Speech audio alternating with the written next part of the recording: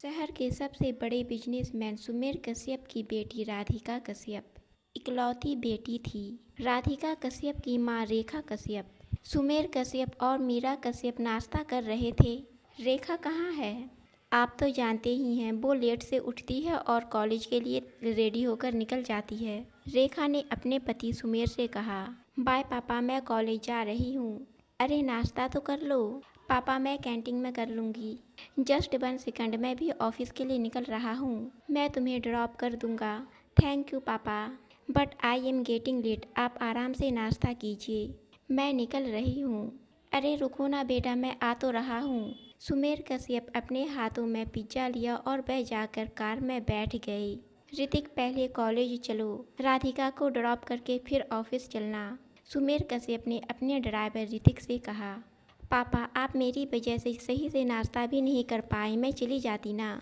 और बताओ कैसा चल रहा है कॉलेज? फर्स्ट क्लास पापा। मुझे समझ नहीं आता कि शहर में इतने अच्छे अच्छे कॉलेज छोड़कर तुमने उस टीचर कॉलेज को क्यों चुना। पापा, भले ही मेरा कॉलेज सरकारी है, लेकिन वहाँ के टीचर सबसे बेस्ट हैं। पापा, आपके बढ़िया कॉलेज में फैसिलिटी तो बहुत है, पर वहाँ की टीचर्स जिन्हें सिर्फ अपनी सैलरी से मतलब होता है, स्टूडेंट से नहीं। बस ऋतिक भैया, बस यही रोक दो। यहाँ क्यों, कॉलेज तो अभी आगे है ना। नहीं पापा, मेरे फ्रेंड्स बाहर ही खड़े होंगे और मैं उनके सामने आपकी इस महंगी गाड़ी से उतरना नहीं चाहती। ऋतिक ने कार रोक दिया। इतना कहकर राधिका गाड़ी से उतर गई। सर, राधिका मैडम कितनी समझदार है ना, ड्राइवर ऋतिक ने कहा। आखिर बेटी किसकी है? वो नहीं चाहती कि किसी को मालूम पड़े कि कितनी अमीर बाप की बेटी है, ऋतिक ने कहा। ठीक तो है, सभी उसके बारे में जान जाएंगे तो ये गरीब फटीचर लोग भीख मांग मांग कर उसे परेशान कर देंगे। ऋतिक सुमेर कश्यप की बातें सुनकर बस मुस्कुरा देता है। ऋतिक राधिका को बचपन से जानता था। वो समझता था कि राधिका असल में अपने दोस्तों के सामने अपने पापा के पैसों को दिखाना नहीं चाहती। असल में लोगों को लेकर सुमेर और राधिका कश्यप के सोच में काफ़ी अंतर था। राधिका कॉलेज पहुंच जाती है। ओ मैडम, कहाँ रह गई थी? सॉरी, वो तुम्हें पता है ना, इस शहर में बसों में कितनी भीड़ रहती है, और ऊपर से उफ यह गर्मी। चिंता मत करो, शादी के बाद मैं तुम्हें हर जगह अपनी बाइक से ले चलूँगा। फिर तुम्हें बसों के धक्के नहीं खाने पड़ेंगे और बाइक को ऐसा उड़ाऊंगा तुम्हें गर्मी पता ही नहीं चलेगी। अच्छा जी, और यह बाइक कहाँ से आएगी? और उड़ाने के चक्कर में गिरा मत देना। मेरे घर से नहीं मिलने वाला कोई दहेज बहेज, अभी से बता रही हूँ। मुझे कुछ चाहिए भी नहीं तुम्हारे सिवा। तुम्हारे लिए मैंने पूरी प्लानिंग कर रखी है। गांव में अपना एक छोटा सा खेत है। खेती का काम अब पापा के बस का रहा नहीं। उसे ज़मीन को खरीद बेचकर एक बाइक लूँगा और एक छोटी सी दुकान खरीद लूँगा। राधिका ने कहा। कहाँ, इसी शहर में? ओ मैडम, इतना रईस नहीं हूँ, मैं खुद को पूरा बेच भी दूँगा ना, तब भी यहाँ दुकान नहीं खरीद पाऊँगा। नीरज की बातें सुनकर राधिका ज़ोर ज़ोर से हंसने लगी। राधिका और नीरज कॉलेज में दोनों एक साथ पढ़ते थे। पहले दोनों की दोस्ती हुई, फिर दोनों एक दूसरे को पसंद करने लगे। राधिका ने नीरज को कभी नहीं बताया कि वह कितनी अमीर है, जबकि नीरज ने राधिका को अपने बारे में सब कुछ बता दिया था। नीरज अपने गांव से शहर आया था पढ़ने के लिए। वह एक छोटे से किसान का बेटा था। नीरज के पिता चाहते थे मेरा बेटा पढ़ लिख कर कुछ बने, इसलिए उन्होंने अपने बेटे को गांव से शहर पढ़ने के लिए भेज दिया था। कॉलेज की पढ़ाई खत्म होने को आ गई। दोनों का कॉलेज खत्म हो गया और नीरज अपने गांव चला आया। अब नीरज और राधिका दोनों रोज फोन पर बातें करते थे। यार, मुझे तुमसे मिलना है, नीरज ने कहा। इतना दिन हो गया मुझे तुमसे मिलने, मेरा भी बहुत मन कर रहा है मिलने को, राधिका ने कहा। अच्छा ठीक है, मैं गांव से आज ही आ रहा हूँ मिलने के लिए। नीरज और राधिका दोनों कॉलेज के बाद बिल्कुल 15 दिन बाद एक दूसरे से मिले थे। अरे ऐसे क्यों देख रहे हो? बहुत दिनों से नहीं देखा हूँ। राधिका, मुझे तुम्हारे घर वाले से मिलना है। पर मेरे घर वालों से क्यों मिलना है तुम्हें? राधिका ने कहा। अरे उनसे मिलूंगा तभी तो तुम्हारा हाथ मांगूंगा। किससे मांगूंगा भाई? अच्छा, वो एक बेरोजगार के हाथ में मेरा हाथ दे देंगे, राधिका ने कहा। ओ मिस्टर, पहले कुछ काम धंधा शुरू करो। फिर आना मेरा हाथ मांगने, हम ठीक हैं। ठीक है, फिर मैं अगले महीने ही अपना वो खेत बेचकर गांव में एक दुकान खोलता हूँ और एक नई बाइक भी खरीद लूँगा। फिर उसी बाइक पर आऊँगा तुम्हारा हाथ मांगने, सही है? तुम्हारे घर वालों पर भी इम्प्रेशन जमना चाहिए कि लड़का पैसे वाला है। नीरज की बातें सुनकर राधिका बस मुस्कुरा देती है। कुछ दिन बीत गए। एक दिन राधिका ने हिम्मत करके अपनी माँ सीमा कश्यप को नीरज के बारे में बता दिया। नीरज के बारे में जानकर रेखा का पारा 7वें आसमान पर चढ़ गया। क्या कहा तुमने? किसान का बेटा, और वह खुद क्या करता है? पापा गांव मम्मी, गांव में उसकी एक दुकान है। एक गांव में छोटे से घर में तुम कैसे रहोगी उस गरीब के साथ? रेखा कश्यप की बेटी एक गांव में गोबर और कीचड़ के बीच रहेगी। क्या मम्मी, प्लीज आप समझने की कोशिश कीजिए। आई लव हिम, मैं और उसके बिना। Shut up Radhika. अरे अपना नहीं, कम से कम अपने पिता के स्टेटस के बारे में तो सोचो। तुम्हारे पापा ने सुन लिया तो पता नहीं क्या हो जाएगा। आज के बाद उस लड़के का तुम नाम भी नहीं लोगी इस घर में। मम्मी, मैंने स्टेटस देखकर नहीं बल्कि एक अच्छा इंसान देखकर उसे पसंद किया है। ओह, तो इसका मतलब तुम फैसला कर चुकी हो। मैं समझ गई, तुमने इंसान देखकर प्यार किया और उसने तुम्हारा पैसा देखकर। मैं उसे एक फूटी कौड़ी नहीं देने वाली। यह बात कान खोल कर सुन लो। मम्मी, उसे पता ही नहीं है कि मैं सुमेर कश्यप की बेटी हूँ। उसे आपसे कोई दहेज नहीं चाहिए। तुम उस गरीब लड़के के लिए मेरे सामने जुबान लड़ा रही हो। दहेज तो दूर की बात है, तुम्हारे पापा तो उस फटीचर की शक्ल भी देखना पसंद नहीं करेंगे और ना ही उसका नाम सुनना। अब यहाँ क्या खड़ी हो जाओ अपने कमरे में। उम्मीद करती हूँ कि तुम अपने पापा की इज्जत के बारे में ज़रूर सोचोगी। रेखा कश्यप ने अपने पति सुमेर कश्यप को राधिका कश्यप के बारे में सारी बातें बता दी। बेटा, मैं अंदर आ जाऊँ? हाँ पापा, आप पूछ कर क्यों आ रहे हैं? सुमेर अपनी बेटी राधिका के बगल में आकर बैठ जाता है। बेटा, ये जो छोटे लोग होते हैं ना, बड़े लोगों को फंसाकर उनकी दौलत हड़प लेना चाहते हैं। लेकिन पापा, नीरज को हमने कभी कुछ अपने बारे में बताया ही नहीं और वह ऐसा बिल्कुल भी नहीं है। बेटा, यह कमरा देख रही हो तुम, कितना बड़ा है? हाँ पापा, बड़ा तो है। एक कमरे के इतना बड़ा उसका पूरा घर भी नहीं होगा। कैसे रहोगी तुम वहाँ पर? पापा, मैंने उससे प्यार उसके घरों या उसके पैसों से नहीं किया, उसकी अच्छाइयों से किया है। बेटा, जहाँ पर पैसे होते हैं खुद ब खुद मोहब्बत हो जाती है, और जहाँ पैसे नहीं होते मोहब्बत चाहे जितना भी हो ख़त्म हो जाता है। लेकिन पापा, बस करो राधिका, अपने पापा से जुबान लड़ा रही हो। गुस्साते हुए रेखा कश्यप ने कहा। बेटा, मैं तुमसे उम्मीद करता हूँ कम से कम तुम अपने पापा के स्टेटस और इज्जत का ख्याल रखोगी। यह कहकर रेखा और सुमेर वहाँ से चले जाती हैं। राधिका को पता चल गया था कि उसकी शादी उसके माता पिता की मर्जी से नहीं हो सकती। राधिका ने कुछ कपड़े लिए और वह जाने लगी। राधिका जैसे ही जाने लगी, दरवाजे पर वॉचमैन ने उसे रोक लिया। मैडम, आप बाहर नहीं जा सकती। यह मेरा घर है, मैं कब आऊँ कब जाऊँ, तुम रोकने वाले होते कौन हो? मेरे पापा ने तुम्हें रखा है। मैडम, सर ने ही कहा है आपको बाहर नहीं जाने दिया जाए। क्या पापा ने कहा है?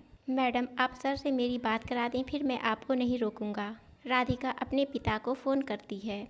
पापा, वॉचमैन हमें बाहर ही नहीं जाने दे रहा है। आज के बाद तुम अकेले कहीं भी नहीं जाओगी। लेकिन पापा, मैं शॉपिंग करने जा रही हूँ। अपनी माँ के साथ जाओ। इतना कहकर सुमेर फ़ोन काट देता है। अब राधिका क्या करे, वापस अपने कमरे में चली जाती है। नीरज को फ़ोन लगाकर सारी बातें बता देती है।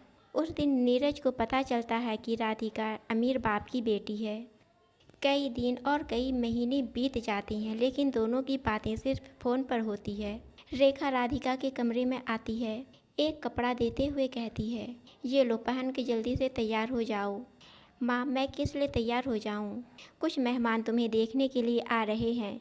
लेकिन माँ, मैं शादी नहीं करूँगी। देखो राधिका, नाटक मत करो, मेहमान आते ही होंगे। चुपचाप से तैयार हुओ और आ जाओ। लेकिन माँ, मैं कह रही हूँ ना, मैं नहीं जाऊँगी। अपनी बातें कहकर रेखा चली जाती है। कुछ देर बाद ही मेहमान आ जाते हैं। रेखा राधिका को लेने के लिए आती है। देखो बेटा, माँ बाप अपने बच्चों के लिए अच्छा चाहते हैं। क्यों तुम अपने पापा की इज्जत मिट्टी पर में मिलाने में लगी हो? रेखा राधिका को लेकर चली आती है। लड़के वाले राधिका को पसंद कर लेते हैं। लड़के की माँ नीता मुझे लड़की बहुत पसंद है, लेकिन मेरा बेटा एक बार राधिका से बातें करना चाहता है। राधिका और अमित दोनों एक कमरे में बातें करने जाते हैं। राधिका कुछ नहीं कहती, तब अमित कहता है, राधिका, क्या मैं तुम्हें पसंद हूँ? फिर भी वह कुछ नहीं कहती। शर्माओ मत, अब हमारी शादी होने वाली है। तब रेखा मुड़कर कहती है, अमित, मैं किसी और को पसंद करती हूँ। मेरे पापा उससे शादी नहीं करके तुमसे शादी करना चाहते हैं, इसलिए तुम इस रिश्ते से इनकार कर दो। अमित कुछ नहीं कहता और बाहर आ जाता है। जब सभी लोग पूछते हैं तो बाहर अमित कहता है कि मुझे राधिका पसंद है। दोनों के परिवार वाले बहुत खुश होते हैं। कुछ देर बाद वह लोग चले जाते हैं। राधिका सारी बातें फिर से नीरज को बताती है। रेखा, तुम्हारे पापा जहाँ चाहते हैं तुम शादी कर लो यार। क्यों, तुम मुझसे प्यार नहीं करते? करता हूँ, लेकिन तुम्हारे पापा बहुत अमीर हैं। तुम्हारे घरों में हर तरह की सुविधा होगी जो मैं तुम्हें नहीं दे पाऊँगा। यार, मैंने तुम सुविधा से नहीं, तुमसे प्यार किया है। सच तो यह था कि नीरज राधिका के पिता से डर रहा था, लेकिन एक दिन मौका पाकर राधिका घर से भाग गई और उसने नीरज को फ़ोन किया। नीरज भी राधिका के पास आ गया। दोनों ने सबसे पहले मंदिर जाकर शादी कर ली। दोनों की शादी बहुत ही सादगी से हुई, लेकिन इस शादी से दोनों बहुत ही खुश थे।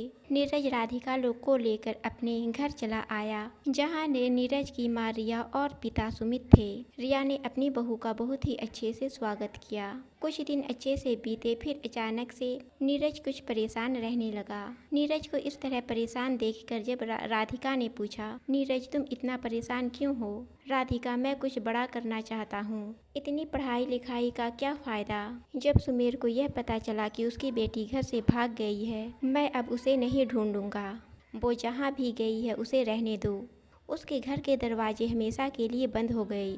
सुमेर ने भी राधिका को नहीं ढूंढा और उसे छोड़ दिया। इतनी पढ़ाई लिखाई का क्या फ़ायदा, यहाँ गांव में रहकर अपना टैलेंट वेस्ट कर रहा हूँ। राधिका ने कहा, ऐसा क्यों सोच रहे हो? अगर हम शहर चले गए तो मम्मी पापा का ख्याल कौन रखेगा? समझदारी वाली बातें सुनकर नीरज को बहुत ही अच्छा लगा। नीरज की माँ की तबीयत बहुत खराब रहती थी, इसलिए नीरज उन्हें छोड़कर शहर नहीं जाना चाहता था। एक दिन राधिका और नीरज बाइक से कहीं जा रहे थे। रास्ते में नीरज की बाइक खराब हो गई। ओह शिट, अब तो फंस गए। कोई बात नहीं, रास्ते में कोई बाइक रिपेयरिंग की दुकान होगी ना, चलो देखते हैं। अरे नहीं बाबा, यहाँ कहीं 20 किलोमीटर तक कोई बाइक की दुकान नहीं है। नीरज की बातें सुनकर राधिका दुखी भी थी और हैरान भी। इतनी बड़ी आबादी और हाईवे होने के बावजूद कोई बाइक रिपेयर की दुकान नहीं थी। किसी तरह वो दोनों रात को अपने घर पहुंचे।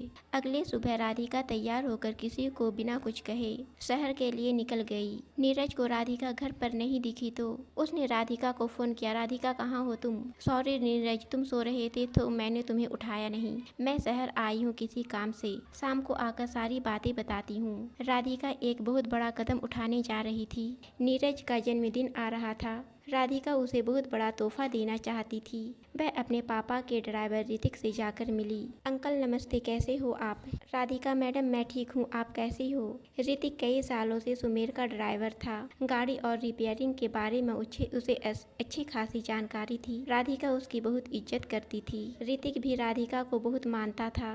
ऋतिक राधिका की मदद करने के लिए फौरन तैयार हो गया। शाम को मिलने के बाद राधिका सीधे बैंक गई और वहाँ एक फाइल दिखाकर उसने लोन पास करा लिया। वह फाइल बिजनेस लोन के लिए थी और बैंक को राधिका का आइडिया पसंद आया। शाम में जब राधिका घर लौटी तो वह एक छोटे से ट्रक में सवार थी। नीरज ने राधिका को इस तरह देखकर पूछा, राधिका यह सब क्या है? और यह ट्रक? इस ट्रक में हमारी खुशियाँ और तुम्हारा बर्थडे गिफ्ट लेकर आई हूँ। जैसे ही ट्रक वाले ने ट्रक का गेट खोला तो दिखाई दिया कि पूरा ट्रक छोटी बड़ी कई सारी पेटियों से भरा पड़ा है, जिसमें बाइक रिपेयरिंग के लिए जरूरी हर सामान मौजूद था। नीरज को कुछ समझ नहीं आ रहा था। राधिका ने आगे बढ़कर नीरज को गले लगाया और चहकते हुए कहा, हैप्पी बर्थडे मिस्टर। राधिका ने न सिर्फ पूरे गांव की एक बड़ी परेशानी का हल ढूंढ निकाला था, बल्कि नीरज को उसके गांव में रहकर ही अच्छी कमाई करने का एक बढ़िया मौका दिया था। ठीक एक हफ्ते बाद नीरज के ऑटो सर्विस